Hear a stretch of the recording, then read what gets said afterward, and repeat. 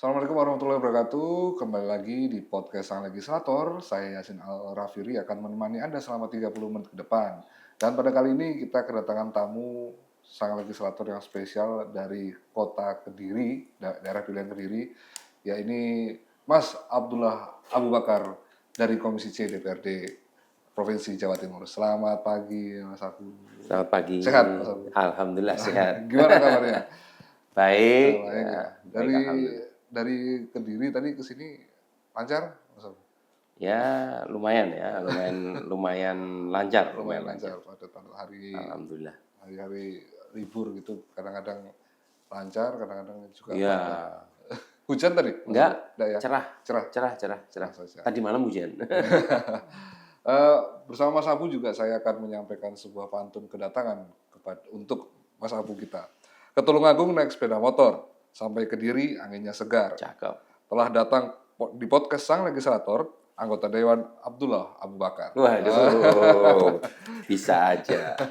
Mas Abu, kita sekarang ini mengangkat tema mendorong UMKM naik kelas. Ya. Komisi C adalah salah satu bidangnya, itu juga termasuk keuangan UMKM gitu ya, Mas Abu. Jadi kira-kira apa ya yang bisa mendorong UMKM kita ini sebenarnya hari ini itu iklimnya seperti apa sih iklim UMKM kita di Jawa Timur? Sebenarnya saya ingin menyampaikan sesuatu bahwa di Jawa Timur ini kan kalau kita ngobrol GDP itu yang nomor satu GDP tertingginya itu adalah dari industri pengolahan. Lalu yang kedua ini adalah UMKM. Nah artinya apa? Karena di industri ini sudah cukup besar, maka kita perlu membuat pilar-pilar baru selain industri pengolahan. Industri pengolahan itu seperti apa aja? Ya, semuanya rokok, makanan yang diolah, lalu seluruh industri pengolahan itu. Itu kan sudah cukup besar ya. Nah, sekarang ini yang mesti kita dorong karena GDP-nya itu adalah UMKM. Nah, kita juga harus dorong UMKM ini menjadi pilar penyangga ekonomi supaya nanti ekonomi di Jawa Timur itu bisa bertumbuh, kira-kira kan begitu tuh. Iya. Karena kan targetnya dari Pak Prabowo sendiri atau Pak Presiden itu kan menginginkan ekonomi itu di atas 7% pertumbuhannya. Di atas 7. Nah, karena itu kalau sekarang kan 5 sekian, ini pengennya di atas 7 bahkan sampai 8. Nah, tentu ini bukan hal yang mudah.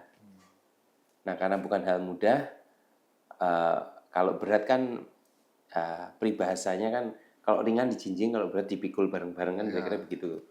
Nah, ini salah satunya UMKM yang mesti kita dorong. Karena apa? Karena UMKM itu di Jawa Timur juga angkanya cukup besar sekali. Dan dominasinya sekarang adalah anak-anak muda. Anak-anak muda, ibu-ibu juga ada yang mungkin bikin makanan-makanan kecil atau apa ya. Nah, kira-kira seperti itu. Nah, kita ingin bahwa UMKM kita tuh tidak hanya jalan di tempat di situ saja gitu. Nah, kita inginnya tuh UMKM tuh tumbuh naik kelas gitu kan. Ada data mengatakan 85% UMKM kita gagal naik kelas. Ini data yang mengatakan. Saya dapat datanya dari dosen UNER. Kita mesti menerima hal itu gitu ya. Kita mesti menerima bahwa itu realita bahwa UMKM gagal naik kelas 85%. Oke, kalau seperti itu, maka ke depan kan kita harus setup ulang, kira-kira begitu ya. Program-program yang kira-kira bisa mendukung UMKM. Artinya UMKM ini kan mesti di scale up lagi, kira-kira begitu. Kalau belum tersertified berarti kan harus disertifikasikan. Nah ini tugasnya dari dinas-dinas. Kira-kira gitu, kira-kira. Nah itulah nanti salah satu tugasnya di legislatif untuk mendorong itu masuk ke program yang harus dieksekusi oleh dinas atau eksekutif, kira-kira begitu. Nah, scale up itu maksudnya apa? Mereka gagal beradaptasi atau apa, Mas Abu? Otomatis seperti itu. Mereka gagal beradaptasi karena mereka ada yang masalahnya sepele, makanannya enak tapi bungkusnya jelek. Jadi dia tumbang di tengah jalan. Bahkan ada juga anak-anak muda yang mereka mencoba untuk mengakuisisi beberapa UMKM itu supaya UMKM ini bisa bangkit lagi, kira-kira begitu. Didanai lah, diiniin, nah seperti itu. Ada yang seperti itu. Itu oke aja dan itu lazim juga di mana-mana itu terjadi. Tapi kita pengennya UMKM itu tidak hanya menjadi reseller saja ya, tapi menjadi dia memproduksi sendiri gitu Produsen kan. juga ya. Ya dia kalau dia reseller ya cuman dia butuh satu orang di depan laptop doang kan. Ya. Tapi kalau dia bisa memproduksi sendiri maka dia butuh orang, kira-kira kan gitu. Dia butuh orang yang untuk membantu, yang belanja ini nanti diproduksi di rumah di sini, lalu diracik sendiri ya kira-kira ada 3 orang lah, 3 atau 4 orang. Nah itu multiplier efeknya kan terjadi kan seperti itu kan. Ya, berarti ada keterkaitan kepada produsen, jadi menyerap tenaga kerja juga gitu ya? Serapannya jauh lebih besar. Nah, yang kita inginkan dan yang kita harapkan kan sebenarnya itu. Jadi ya semua orang bisa bekerja juga, tidak hanya di perusahaan besar tapi di situ juga. Nah, masalah itu lalu ada juga itu tadi yang masalah packaging ya mungkin ya. Lalu yang berikutnya juga kadang-kadang mereka terganjal dengan regulasi. Regulasinya harus ada PIRT-nya. Harus ada halal food, halal dari MUI-nya. Nah, itu kan sebenarnya itu kan hal yang insya Allah mudah itu gitu. Insya Allah mudah dan bisa diupayakan gitu kan. Ya, dari kacamata anggota dewan, tapi dari mereka mungkin wah berat gitu. Berat, ya? iya makanya. Nah, artinya kan mudah apabila diintervensi oleh pemerintah kan gitu. Wah, ada tangan negara yang membantu mereka gitu ya. Betul. Nah, yang ingin kita lakukan adalah itu. Jadi teman-teman yang ada di dinas-dinas mungkin bisa membantu hal itu. Itu kayaknya kalau mereka sendiri berat. Tapi kalau ada dinas yang menjembatani itu, wah itu kan cakep. Jadinya, ayo, ini masukin bareng-bareng ya. Bikin dulu grup 24 orang, bikin WhatsApp grupnya. Nanti saya bantu semuanya, kumpulin dulu di sini. Yang tidak bisa ditawar itu adalah prasyaratnya ini. Ini syaratnya, syarat itu wajib dipenuhi. Lainnya nanti saya kasih dispensasi. Nah, kira-kira begitu. Artinya terjun langsung sampai ke bikin grup WA gitu ya maksudnya? Nah, itu bisa salah satu contoh yang bisa dilakukan hal seperti itu. Kan itu kan bukan hal yang sulit kan gitu kan. Ya.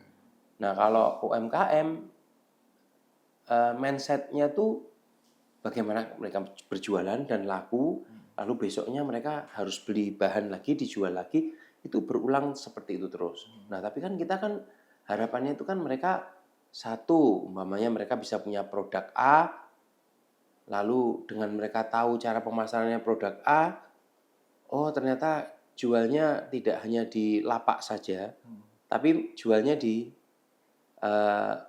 online shop. Kira-kira begitu tuh. Ya. Atau marketplace, kira-kira begitu ya. Atau medsos gitu. Ini A laku, berarti turunannya bisa A1, A2, A3 ini bisa laku nih. Umpamanya bikin keripik rasa manis, terus dikasih keripik level-level 1, 2, 3, 4, lalu dijadiin rasa asin atau rasa nano-nano atau bagaimana itu kan bisa juga. Dan itu bukan nggak laku, laku juga. Laku gitu. Nah, hal-hal itu kan kalau dilakukan kan juga bagus juga ya. Pernah dengar keripik dulu, zaman dulu. Keripik Maici apa enggak? Pernah ada di jalan-jalan di mana-mana. Belinya sampai harus lewat medsos apa segala macam itu keripik level gitu kan. Itu UMKM kita ya itu ya? Bukan, itu salah satu contoh. Nah, UMKM kita kan juga banyak banget yang seperti itu. Yang rasanya nggak kalah, yang enak juga gitu kan. Mereka ada yang bikin dari pisang, ada yang bikin dari ubi, ada salah satu keripik Madura, contoh ini ya, keripik yang kecil-kecil itu, keripik singkong Madura, yang itu ada di mana-mana, di coffee shop juga banyak kita temuin gitu ya, keripik manis pedas sama keripik asin, cuman segini harganya murah. Nah itu kan juga ya sangat layak hal itu, sangat layak daripada kita kebanjiran produk impor atau kebanjiran produk-produk yang industrial. Kalau itu bisa dilakukan oleh masyarakat kita, maka juga perekonomian juga akan tumbuh jauh lebih baik. Oke. Mas Abu, UMKM itu kan hari ini jenengan bilang tadi diwarnai oleh anak-anak muda. Itu dampaknya gimana sebenarnya, Mas Abu? Bagus sih kalau menurut saya. Oh gitu ya? Artinya anak-anak muda sekarang ini tanggap akan kebutuhan. Pemasaran ya? Apa?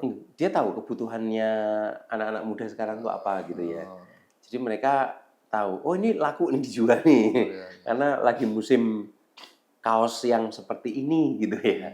Oh kaosnya yang desainnya seperti ini laku dijual. Kan sekarang banyak tuh yang pakai produk-produk yang local pride gitu ya. Iya. Nah itu kan lumayan tuh, itu pertanda sudah mereka punya awareness yang bagus terhadap produk mereka sendiri, terus mereka juga sudah punya customer yang loyal gitu ya, kira-kira begitu. Kayak saya pernah lihat Deathless katakan gitu. Lalu ada beberapa lagi merek ya yang saya tahu gitu kan. Oh ini lokal juga ya ternyata ya. Ternyata juga banyak yang pakai ya, di Jawa Barat ketemu, di Jakarta ketemu, di beberapa daerah juga produk fashion ketemu. ya maksudnya. Iya. Kaos gitu ya. Ya walaupun harganya, karena harganya terjangkau gitu ya. Harganya terjangkau dan bagus juga menurut saya. Bahannya layak ya. Sangat layak. Bahannya sangat layak. Bahannya layak. Oke.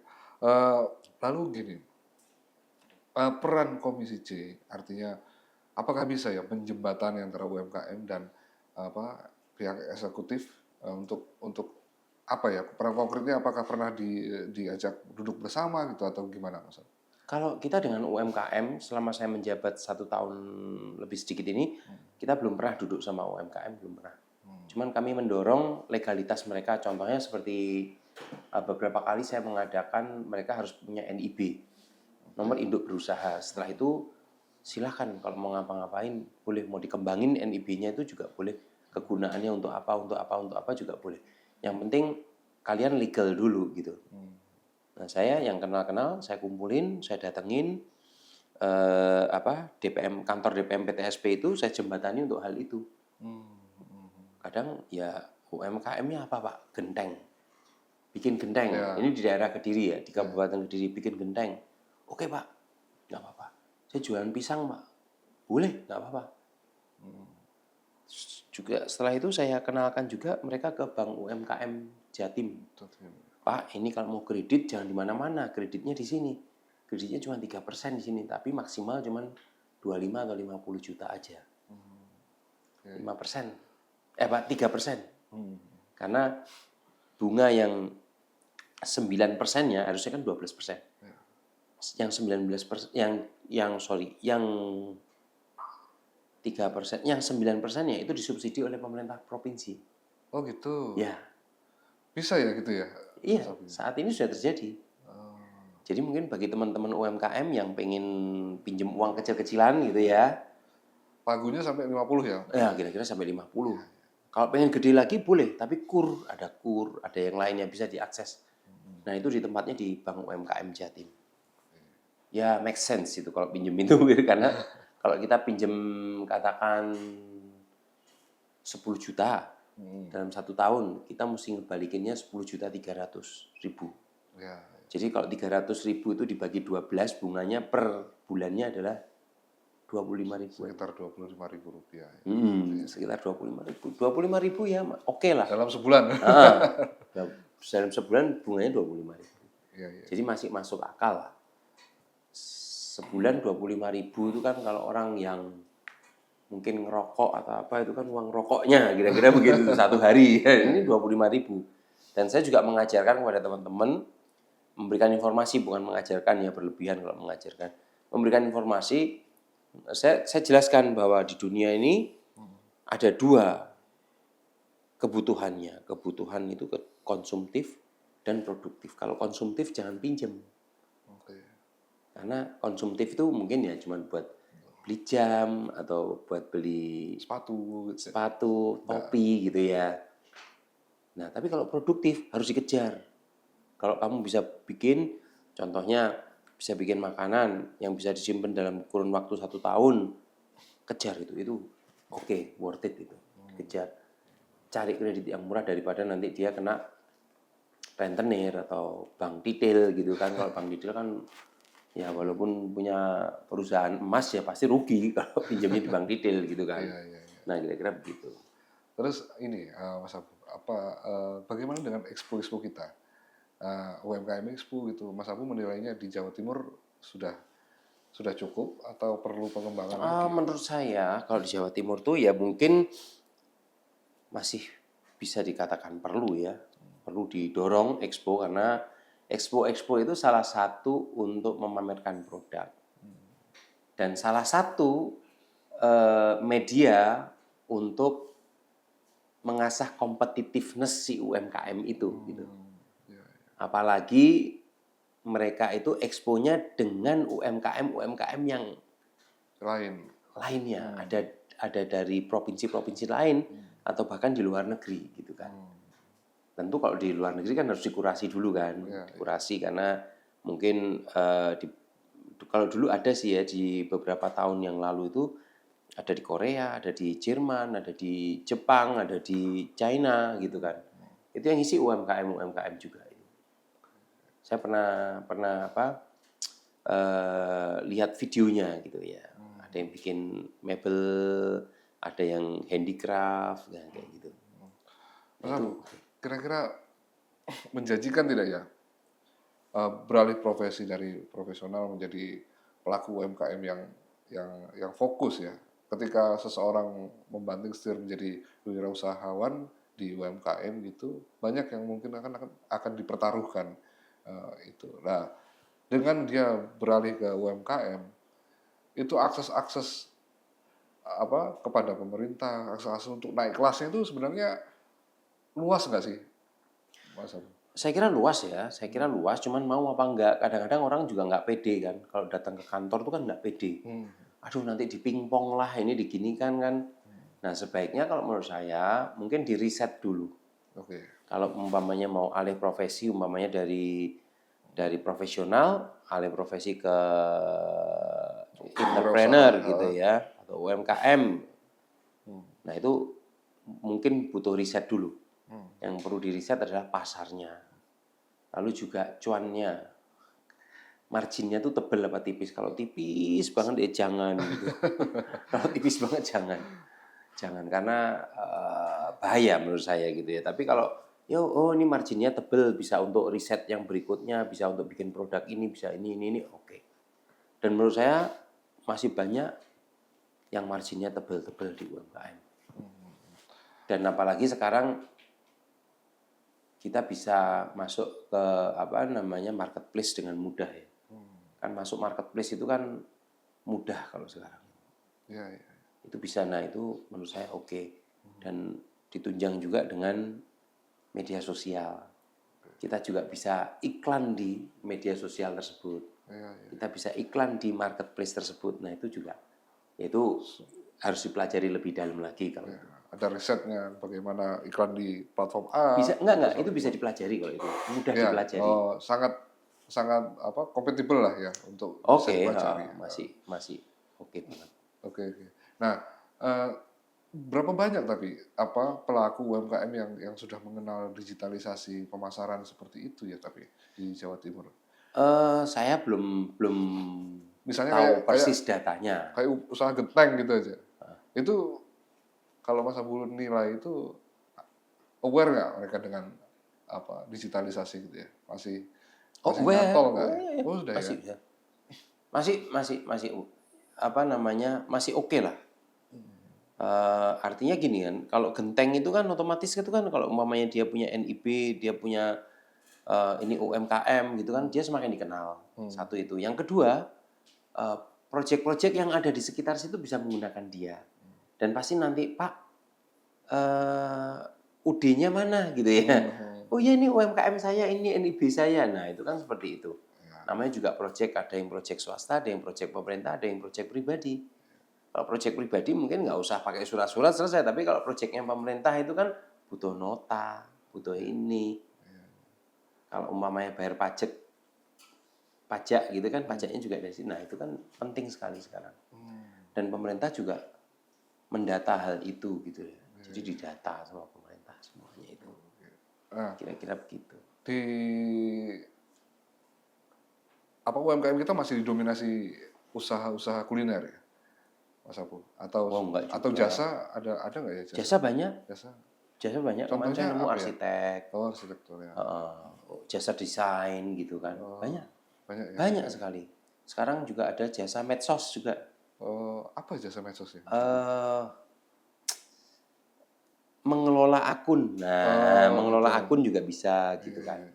Mungkin dia sibuk jualan makanan dan itu harus di-push lewat media sosial, itu ada yang beberapa kali saya sempat juga ditawari juga di media sosial saya gitu juga ya.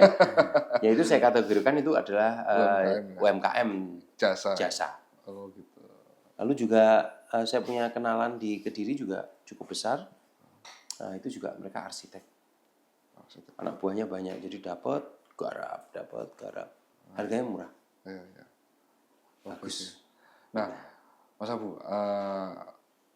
Abu juga kan pernah duduk di eksekutif gitu. Ya.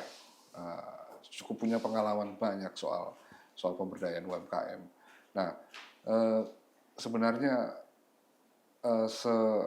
apa yang bisa mendorong mereka untuk bisa naik kelas?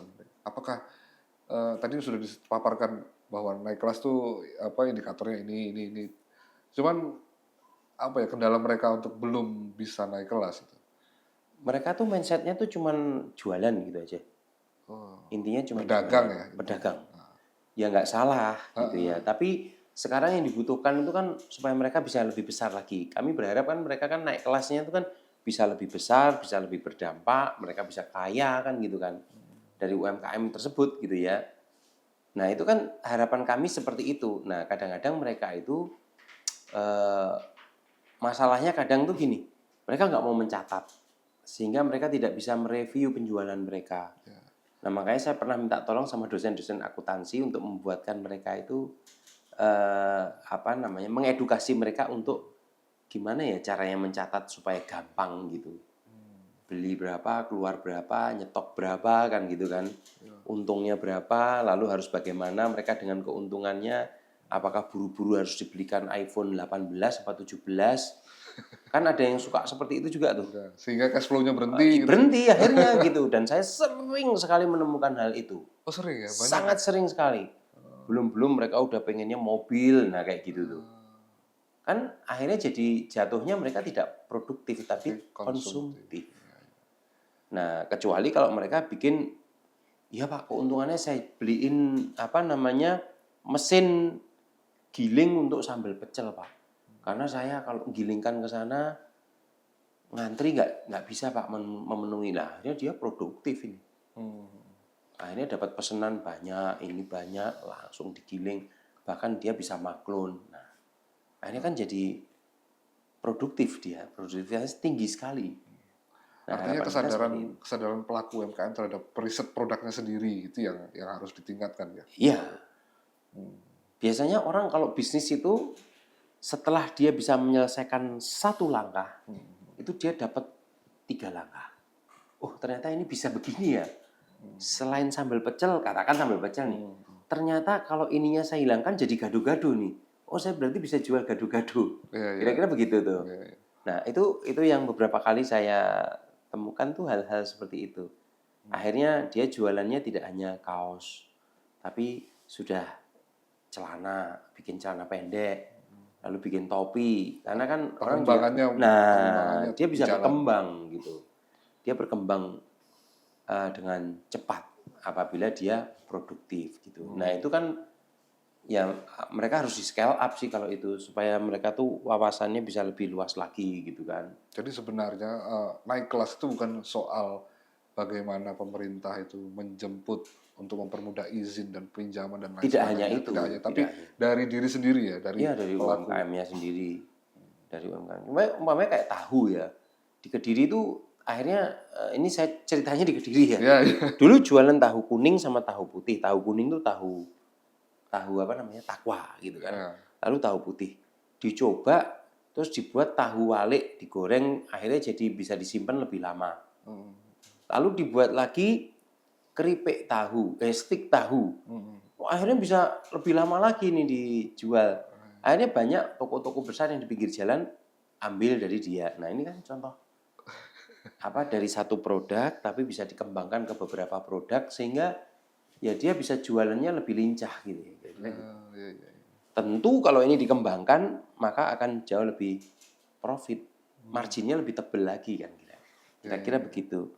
Dan dia mengurangi resiko kerugian tahu yang basi, tahu yang aduh ini sudah expired nih tahunya nih. Nah itu bisa dikurangi dengan hal-hal seperti itu. Sebagai wakil rakyat dari Kediri dan pernah menjabat sebagai wali kota Kediri, tahu itu sekarang bagaimana perkembangannya? Mas apa industri tahu ya maksudnya? Industri tahu sekarang bagus banget. Bagus apalagi ada MBG ini. Oh, gitu MBG ya? Jadi mereka tersalur ya? Tersalurkan juga tahu-tahu karena anak-anak itu kan juga dikasih makan protein nabati juga. Diambilkan dari tempe sama tahu. Jalan sekarang. Jalan pesat banget. Sekarang jalan pesat. Jalan pesat. Nah, industri olahan di Kediri itu selain tahu yang sekarang menonjol itu apa ya? Sigaret. Rokok? Ya. Kediri itu kan PDRB-nya 90% itu kan dari rokok, dari industri tembakau. Dari industri tembakau. Tapi sekarang sudah mulai tergeser juga mulai UMKM, lalu juga jasa dan perdagangan, lalu juga ada sekolahan, kampus-kampus sudah mulai tumbuh banyak. Itu kan juga salah satu yang bisa mendongkrak perekonomian. Perekonomian itu tidak hanya satu, jadi ada beberapa pilar perekonomian yang bisa menumbuhkan ekonominya. Ya, kalau dulu kan cuma gudang garam gitu ya. Oh gitu. Gudang garam, selain gudang garam ada tahu. Nah, sekarang ada kampus, sudah mulai banyak sekarang. Jasanya juga maju. Ya sama kayak kuliner lah. Ini pengalaman pribadi nih, cerita santai Mas. Kalau makan anglo itu pasti di Kediri. Mie sama nasi goreng anglo. Ya. Oh iya. Hari ini kita sudah ketemu di Surabaya ini sudah banyak yang jualan nasi goreng anglo. Gitu. Nah itu teman-teman saya tuh. Teman-teman saya jualannya di sana aja. Di Kediri udah penuh ke sana. Jadi ada ekspansi ekonomi ya, maksudnya mereka sudah mulai melihat peluang-peluang yang lain. Gitu. Ya dan itu banyak kan sekarang mulai ada mie ayam Solo, mie ayam gerobak biru di mana-mana kan itu kan. Lalu juga ada rujak cingur di Kediri juga sudah mulai ada rujak cingur ya. Kan dulu nggak ada gitu kan. Nasi kerawu sudah mulai ada di Kediri gitu kan. Contoh sebenarnya. Dan ini kan juga dulu kan cuma nasi Padang aja kan ya. Tapi sekarang kan orang kan sudah mulai mencoba-coba makanan tuh. Pengen nasi goreng Kediri sama mie goreng Kediri. Di Surabaya sudah ada, di Sidoarjo juga sudah ada. Dulu seingat saya tuh sate Madura dan nasi Padang yang ada di mana-mana. Tapi sama Lamongan. Sama sambelan Lamongan tuh ya, pecel lele Lamongan itu ya. Tapi sekarang kan sudah enggak toh. Sekarang sudah banyak sekali. Banyak sekali. Mas Abu terakhir apa yang mau Anda sampaikan kepada pelaku UMKM, pada mungkin juga pemerintah Provinsi Jawa Timur agar kesinambungan kolaborasi antara keduanya ini yang dijembatani oleh Komisi C DPRD Provinsi bisa berlanjut ke arah UMKM yang naik kelas. Ya, jadi begini, untuk teman-teman UMKM nggak usah ragu-ragu ya, namanya juga UMKM. Nggak perlu takut, nggak perlu khawatir dengan pemerintah. Saya selaku anggota DPRD dari Provinsi Jawa Timur akan terus mendorong UMKM yang ada di Jawa Timur, tidak hanya di Kediri. Dan kami mohon teman-teman juga cari informasi juga melalui media sosial. Kami akan mendorong dari Provinsi Jawa Timur. Jadi kita maju bareng-bareng. Kita tahu bahwa awalan untuk melangkah itu sangat berat sekali. Tapi kalau kita bisa berjalan bersama-sama, maka insya Allah akan jauh lebih ringan. Saya akan terus mendorong program-program UMKM yang ada di Jawa Timur. Dan teman-teman, para UMKM juga mesti cari informasi untuk menyerap program-program yang sudah dibuat oleh Gubernur, oleh Provinsi Jawa Timur. Karena banyak program-program dari dari Provinsi Jawa Timur, dari Gubernur ini yang sudah dilayangkan dan mesti ditangkap oleh teman-teman UMKM. Nah, dengan begitu saya yakin insya Allah akan jauh lebih mudah. Jangan lupa kalau punya UMKM juga jangan lupa bikin media sosialnya supaya kita bisa saling tag mungkin seperti itu. Lalu juga supaya orang lebih mudah mencari informasinya. Oke, Itu dari saya. siap. Terima kasih Mas Abu atas waktunya, atas Sama-sama. sharing pengalamannya, atas semangat yang bisa diberikan kepada pelaku UMKM kita.